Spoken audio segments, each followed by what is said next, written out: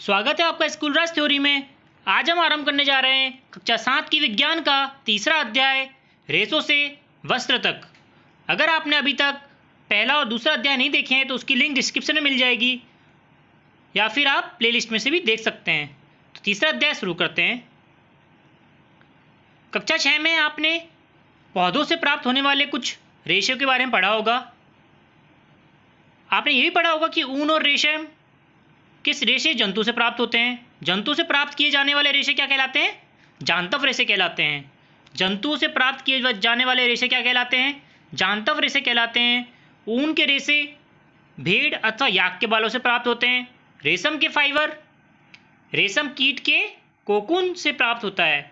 ठीक है, क्या आप जानते हैं भेड़ के शरीर के किस भाग से फाइबर मिलता है? क्या आप जानते हैं कि इन रेशों को ऊन में कैसे परिवर्तित किया जाता है? जिन्हें हम स्वेटर बुनने के लिए बाजार से ज़्यादा खरीदते हैं, किस प्रकार उनमें परिवर्तित किया जाता है? क्या आपको जानकारी है रेशम के फाइबरों से रेशम कैसे बनाया जाता है जिनसे साड़ी बुनी जाती है? इस बारे में हम पढ़ते हैं। जांतव रेशे, ऊन और रेशम। पहला पढ़ेंगे ऊन। भेड़, बकरी, याक या कुछ अन्य जंतुओं से ऊन प्राप्त की जा सकती है। ऊन प्राप्त करने वाले इन जंतुओं के शरीर के बालों से ढका होता है। क्या आप जानते हैं इन जंतुओं के आवरण पर बालों की मोटी परत होती है। बालों के बीच अधिक मात्रा में वायु आसानी से भर जाती है, जिससे क्या रहते हैं, वे ऊष्मा से कुचालक बन जाते हैं और वे जंतु को गर्म रख पाते हैं। इन रेशों से प्राप्त की जाती है। क्रियाकलाप 3.1 क्या कहता है? अपने शरीर, बाहों और सिर के बालों को छूकर अनुभव कीजिए। क्या आप में कोई अंतर लगता है? कौन से बाल मोटा और रूखे प्रतीत होते हैं, कौन से मुलायम? हमारी तरह भेड़ के भी रोएदार त्वचा पर दो प्रकार के रेशे होते हैं, दाढ़ी के रूप के बाल और त्वचा के निकट अवस्थित तंतुरूपी मुलायम बाल। जो तंतुरूपी मुलायम बाल होते हैं वे क्या कहलाते हैं? कृत्रित ऊन बनाने के लिए काम में लिए जाते हैं। भेड़ों की कुछ नस्लें में केवल तंतु रूपी मुलायम बाल होते हैं। इनके जनकों का विशेष रूप से ऐसी भेड़ों को जन्म देने के लिए चयन किया जाता है जिनके शरीर में सिर्फ मुलायम बाल हो। तंतु रूपी बालों जैसे विशेष गुणयुक्त भेड़ उत्पन्न करने के लिए जनकों के चयन की प्रक्रिया क्या कहलाती है? वर्णात्मक प्रजनन कहलाती है। वर्णात्मक प्रजनन क्या कहलाती है? जो तंतु रूपी मुलायम बाल होते हैं उन्हीं गुणयुक्त भेड़ों से उत्पन्न करने वाले जो जनक होते हैं उस प्रक्रिया को क्या कहते हैं? वर्णात्मक प्रजनन कहलाता है। ठीक है, आगे बढ़ते हैं। ऊन प्रदान करने वाले जंतु कौन कौन से हैं? हमारे देश में विभिन्न भागों में भेड़ों की अनेक नस्लें पाई जाती हैं। यद्यपि भेड़ों की ऊन एकमात्र स्रोत नहीं है, फिर भी बाजार में सामान्यतः उपलब्ध ऊन भेड़ की ऊन में ही होती है। याक की ऊन तिब्बत, लद्दाख में प्रचलित है। बकरी के बालों से भी ऊन प्राप्त होती है। अंगोरा ऊन को अंगोरा नस्ल की बकरियों से प्राप्त किया जाता है जो जम्मू कश्मीर के पहाड़ी क्षेत्रों में पाई जाती है। कश्मीरी बकरी की त्वचा के निकट मुलायम बाल होते हैं। इनसे बेहतरीन शॉलें बनाई जाती हैं जिन्हें पश्मीना शॉलें कहा जाता है। कश्मीरी बकरी की त्वचा से, मुलायम बालों से जो शॉलें बनाई जाती हैं उन्हें क्या कहते हैं? पश्मीना शॉलें कहते हैं। ऊंट के शरीर के बालों का उपयोग भी ऊन के लिए किया जाता है। दक्षिण अमेरिका में पाए जाने वाले लामा और एल्पेका से भी ऊन प्राप्त होती है। क्रियाकलाप 3.2 क्या कहता है? उन जंतु का चित्र एकत्र कीजिए जिनके बालों का उपयोग ऊन रूप में किया जाता है, जिन्हें अपनी स्क्रैप पुस्तिका में चिपकाइए। यदि आप चित्र प्राप्त नहीं कर पाए तो इस पुस्तक में दिए गए चित्र को ही बनाने का प्रयास कीजिएगा। ठीक है, अपनी क्षेत्रीय और देश में अन्य भाषाओं में भेड़, बकरी, ऊंट का क्या नाम है उनका पता लगाने का प्रयास कीजिएगा। क्रियाकलाप 3.3 क्या कहता है? भारत और विश्व के मानचित्र लीजिए। मानचित्र पर उन स्थानों को चिन्हित कीजिए जहां जंतु पाए जाते हैं जिनमें ऊन प्राप्त होती है। ऊन प्रदान करने वाले प्रत्येक किस्म के जंतुओं के स्थान को दर्शाने के लिए विभिन्न रंगों का उपयोग कीजिएगा। ठीक है, रेशों से ऊन रेशों से ऊन कैसे बनाई जाती है वे देखते हैं। ऊन प्राप्त करने के लिए भेड़ों का पाला जाता है। उनके बालों को काट कर फिर उन्हें संसाधित कर कर ऊन बनाई जाती है। आइए हम इस प्रक्रम के बारे में पूर्ण जानकारी प्राप्त करते हैं। भेड़ पालन व प्रजनन। भेड़ का पालन कैसे करते हैं और प्रजनन कैसे करते हैं। यदि आप जम्मू कश्मीर, हिमाचल प्रदेश, उत्तराखंड, अरुणाचल प्रदेश, सिक्किम की पहाड़ियों में गए हो अथवा राजस्थान, हरियाणा, गुजरात के मैदानों की यात्रा की हो तो आप गडोरियों को भेड़ों के झुंड को चराते हुए देखा जा सकता है। भेड़ शाकाहारी होती हैं, वे घास और पत्तियां खाना पसंद करती हैं। भेड़ पालक जो पालने वाले होते हैं उन्हें हरे चारे के अतिरिक्त दाल, मक्का, ज्वार, खली जो बीज से निकले हुए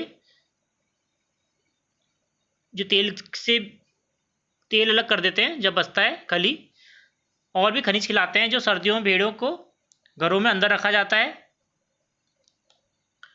उन्हें पत्तियां, अनाज और सूखा चारा खिलाया जाता है। ठीक है। हमारे देश के अन्य भागों में भेड़ों को ऊन के लिए पाला जाता है। सारणी 3.1 में भेड़ों के कुछ नस्लों के नाम दिए गए हैं जिन्हें हमारे देश में ऊन उत्पादन के लिए पाला जाता है। सारणी 3.1 में उनमें प्राप्त होने वाली ऊन की गुणवत्ता और गठन की भी दिखाया गया है। भेड़ की कुछ नस्लें के शरीर पर बालों की घनी परत होती है जिससे बड़ी मात्रा में अच्छी गुणवत्ता की ऊन प्राप्त होती है। जैसा कि पहले बताया गया था कि भेड़ों को वर्णात्मक प्रजनन द्वारा उत्पन्न किया जाता है जिनमें से एक जनक अच्छी नस्ल की भेड़ होती है। जब पाली गई भेड़ के शरीर पर बालों की घनी वृद्धि हो जाती है तो ऊन प्राप्त करने के लिए उसके बालों को काट दिया जाता है। 3.1 देखते हैं पहले सारणी। ये नस्लें हैं, भेड़ों की नस्लें हैं। लोही, अच्छी गुणवत्ता की ऊन प्राप्त होती है, खाप मिलती है राजस्थान और पंजाब में। फिर देखते हैं रामपुरी बुसियार, भूरी ऊन प्राप्त होती है, उत्तर प्रदेश, हिमाचल प्रदेश में मिलती है। नाली नली जो गलीचे की ऊन होती है राजस्थान, हरियाणा, पंजाब में मिलती है। फिर बाखरवाल ऊन सौलों के लिए प्रचलित है, जम्मू कश्मीर। मारवाड़ी मोटी रुक्ष ऊन होती है गुजरात में। पठानवाड़ी हौजरी के लिए होती है गुजरात में। ठीक है। रेशों को ऊन में संसाधित कैसे किया जाता है वह देखते हैं।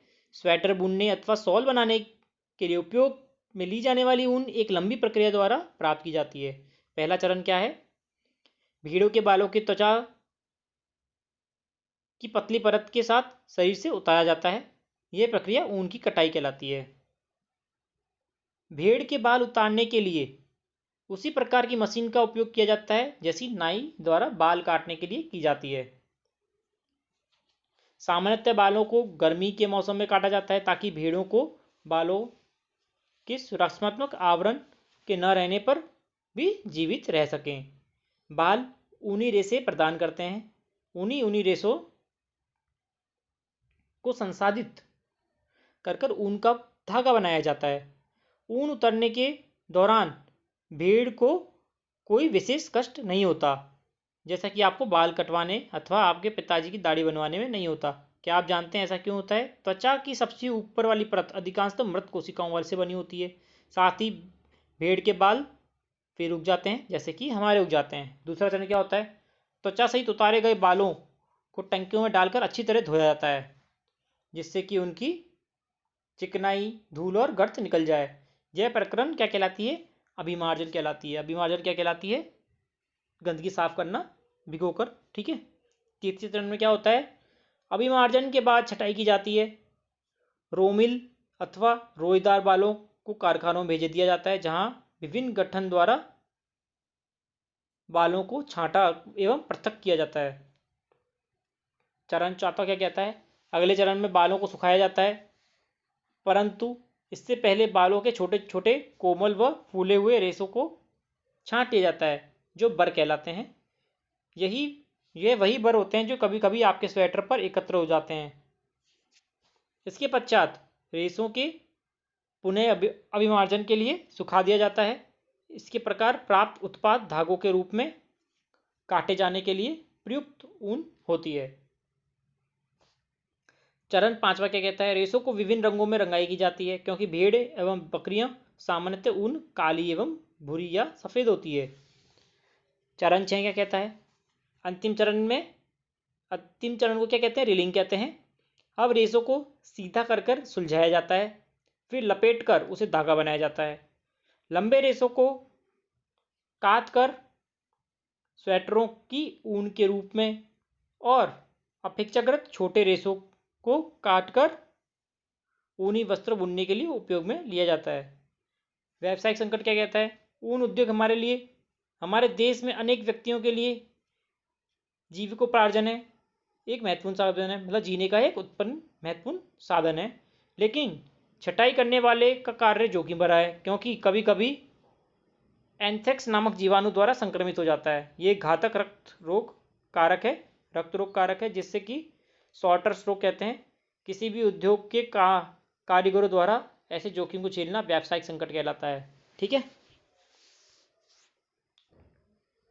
क्रियाकलाप 3.4 क्या कहता है? अपने सहपाठियों के साथ इस विषय पर चर्चा कीजिए कि मनुष्य के लिए भेड़ों को पालना और फिर ऊन प्राप्त करने के बालों को उतारना उचित है या नहीं। रेशम क्या कहते हैं? रेशम सिल्क के रेशे भी जांतव रेशे कहलाते हैं, क्योंकि जंतु से प्राप्त होते हैं। रेशम के कीट रेशम के फाइबरों को बनाते हैं। रेशम प्राप्त करने के लिए रेशम के कीटों को पालना रेशम कीट पालन कहलाता है, सेरिकल्चर कहलाता है या रेशम कीट पालन कहलाता है। अपनी माता जी, चाची जी, दादी जी से विभिन्न प्रकार के रेशम अथवा रेशम की साड़ियों के बारे में आप जानकारी प्राप्त कीजिए। विभिन्न प्रकार के रेशम की सूचीबद्ध कीजिए। पहले कि हम रेशम प्राप्त करने की प्रक्रम चर्चा करें, रेशम के कीट का जीवन चक्र के बारे में भी जान लेना आवश्यक है। रेशम कीट का जीवन चक्र। मादा रेशम कीट के अंडे देती है, जिसे लार्वा कहते हैं, जो कैटरपिलर, इल्ली या रेशम कीट कहलाते हैं। जो लार्वा देती है उसे क्या कहते हैं? कैटरपिलर, इल्ली या रेशम कीट कहते हैं। यह आकार वृद्धि करने और जब कैटरपिलर अपने जीवन चक्र की अगली अवस्था में प्रवेश करने के लिए तैयार हो जाता है तो उसे क्या कहते हैं? प्यूपा या फिर कोशित कहते हैं। जो अपने इर्द गिर्द एक जाल बुना लेता है, यह जाल उसे अपने स्थान में बने रहने में सहायता रखता है। फिर ये अंग्रेजी संख्या 8 के रूप में अपने सिर को एक सिरे से दूसरे सिरे तक ले जाता है। सिरे की गति के समय कैटरपिलर पतले तार के रूप में प्रोटीन से बना एक पदार्थ स्रावित करता है, जो कठोर होकर रेशम का रेशा बनाता है। जल्दी ही कैटरपिलर स्वयं को पूरी तरह रेशम के रेशों से ढक लेता है। यह प्यूपा बन जाता है। यह आवरण कोकून कहलाता है। कीट को इसके आगे का विकास कोकून के भीतर ही करना होता है। रेशम के रेशों का उपयोग रेशम के वस्तु बुनने के लिए किया जाता है।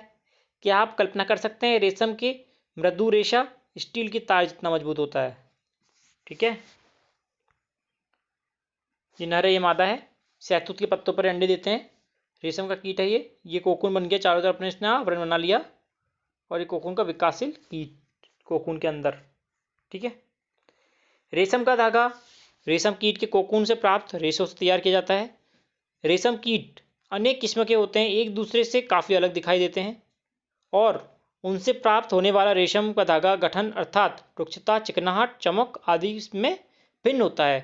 अतः टसर रेशम, मुगा रेशम, कोशा रेशम और अन्य प्रकार के रेशम की किस्मों के रेशम कीटों द्वारा काते हुए कोकूनों से प्राप्त किया जाता है। सबसे सामान्य रेशम कीट है शहतूत रेशम कीट। इस कीट के कोकून से प्राप्त होने वाला रेशम फाइबर मृदु, चमकदार, लचीला होता है तथा ये सुंदर रंगों में भी रंगा जा सकता है। रेशम कीट पालन अथवा रेशम कीट का संवर्धन भारत में बहुत प्राचीन व्यवसाय है। भारत व्यावसायिक स्तर पर बहुत अधिक रेशम उत्पादन करता है। क्रियाकलाप 3.5 क्या कहता है? विभिन्न प्रकार के रेशम वस्त्रों के टुकड़े एकत्र कीजिए, स्क्रैप बुक में चिपकाइए। ठीक है। फिर उनकी किस्मों को बताइए कि कौन सी किस्म का है, जैसे टेसर किस्म, शहतूत रेशम है या फिर एरी रेशम है, मुगा रेशम है। ठीक है, पहचानिए। क्रियाकलाप 3.6 क्या कहता है? किसी कृत्रिम रेशम और शुद्ध रेशम का एक धागा लीजिए। इन धागों को सावधानी से जलाइए। क्या आपको जलते समय उत्पन्न गंध का अंतर महसूस हो रहा है? आप सावधानी से ऊन का एक भाग को जलाइए। इसके जलने पर गंध कृत्रिम रेशे की जलने की जैसी है अथवा या शुद्ध रेशम जैसी है, क्या बता सकते हैं? ठीक है। 3.7 क्या कहता है? चित्र 3.9 की फोटो प्रतिलिपि लीजिए। रेशम कीट की जीवन चक्र की विभिन्न व्यवस्थाओं के चित्र काट कर लीजिए और एक गत्ते अथवा चार्ट पेपर पर अलग अलग चिपकाइए। अब इन चित्रों को आपस में मिला लीजिए। अब चित्र को जीवन चक्र की अवस्था में सही क्रम में लगाने का प्रयास कीजिए। ठीक है। कोकून से रेशम कैसे बनाया जाता है वह देखते हैं। रेशम प्राप्त करने के लिए रेशम को कीटों को पाला जाता है। उनके कोकूनों को एकत्र करके रेशम के फाइबर प्राप्त किए जाते हैं। रेशम कीट पालन। कोई मादा रेशम कीट एक बार में सैकड़ों अंडे देती है। अंडों को सावधानी से कपड़ों की पट्टियों अथवा कागज पर संग्रहित कर रेशम कीट पालकों को बेचा जाता है। ये पालक किसान अंडों को स्वास्थ्यकर स्थिति, उचित एवं ताप आर्द्रता के अनुकूल स्थितियों में रखते हैं। अंडों को उपयुक्त ताप पर गर्म रखा जाता है जिससे कि अंडों का लार्वा निकल जाए। यह तब किया जाता है जब शहतूत के वृक्षों की नई पत्तियां आती हैं। लार्वा जो कैटरपिलर अथवा रेशम कीट कहलाते हैं वे दिन रात खाते रहते हैं और आमप से काफ़ी बड़े हो जाते हैं। आमप मतलब साइज से काफ़ी बड़े हो जाते हैं। लार्वा की शहतूत की ताज़ी कटी पत्तियों के साथ बांस के स्वच्छ ट्रे रखा जाता है। 25 से 30 दिनों तक कैटरपिलर खाना बंद कर देते हैं और कोकून बनाने के लिए बांस के बने छोटे छोटे कक्षों में चले जाते हैं। ठीक है। इसके लिए ट्रे में एक छोटी रैक टहनियाँ लगा दी जाती हैं जिनके कोकून जुड़ जाते हैं। ठीक है। कैटरपिलर अथवा रेशम कीट कोकून बनाते हैं जिसके भीतर प्यूपा विकसित होता है। रेशम का संसाधन। रेशम फाइबर प्राप्त करने के लिए कोकून की बड़ी ढेरी का उपयोग किया जाता है। वयस्क कीट में विकसित होने से पहले ही कोकूनों को धूप में रखा जाता है अथवा पानी में उबाला जाता है या भाप में रखा जाता है। इस प्रकार से रेशम के फाइबर पृथक हो जाते हैं और रेशम के रूप में उपयोग के लिए कोकूनों से रेशे निकालने का पश्चात उनसे धागे बनाने की प्रक्रिया रेशम की रीलिंग कहलाती है। रीलिंग विशेष मशीनों से की जाती है जो कोकून में से फाइबर या रेशों को निकालती है। फिर रेशम के फाइबरों की कताई की जाती है जिससे रेशम के धागे प्राप्त होते हैं। बुनकरों द्वारा रेशम के इन्हीं धागों से वस्त्र बुने जाते हैं। रेशम की खोज। रेशम की खोज का यथार्थ समय संभवतः अज्ञात है। ये एक प्राचीन चीनी किंवदंती के अनुसार सम्राट वांग टी ने सम्राज्ञी सी लुंगची से अपने बगीचे में उगने वाले शहतूत के वृक्षों की पत्तियों में क्षतिग्रस्त होने का कारण पता लगाने के लिए कहा था। सम्राज्ञी ने पाया कि सफ़ेद कृमि शहतूत की पत्तियों को खा रहे हैं। उन्हें यह भी देखा कि कृमि के इर्द गिर्द चमकदार कोकून बुन लेते हैं। संयोग से एक कोकून उनके चाय के प्याले में गिर गया।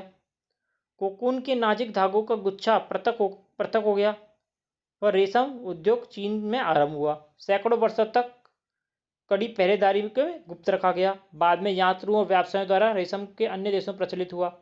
जिस मार्ग से इन्होंने यात्रा की उसे सिल्क रूट कहते हैं। देखते हैं हमने क्या सीखा। रेशम कीटों से रेशम तथा भेड़, बकरी एवं याक से ऊन प्राप्त की जाती है। अतः रेशम और ऊन जांतव रेशे कहते हैं।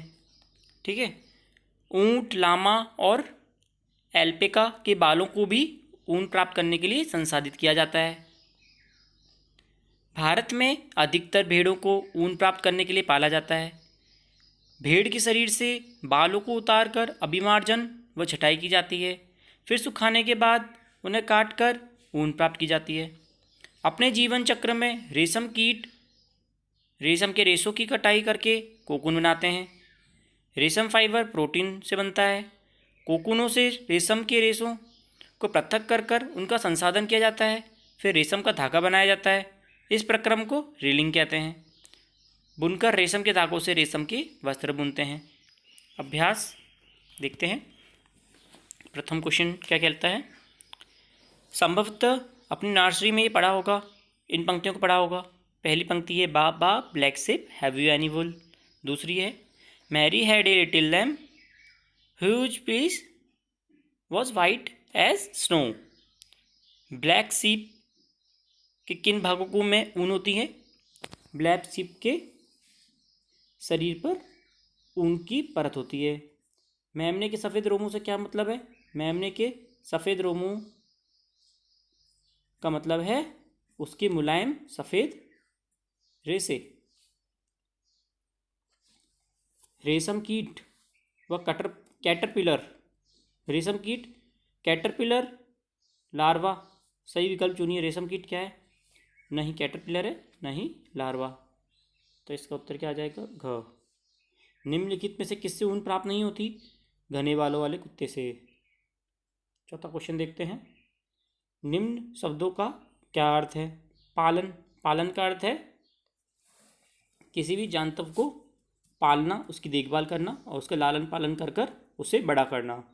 ऊन की कटाई का अर्थ है भेड़ बकरी या फिर जो भी ऊन देने वाले जंतु हैं उनकी शरीर पे से ऊन को उतारना।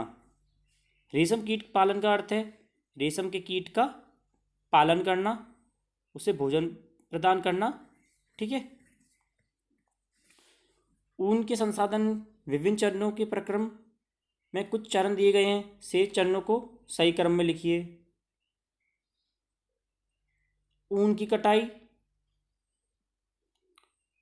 फिर आएगा अभिमार्जन,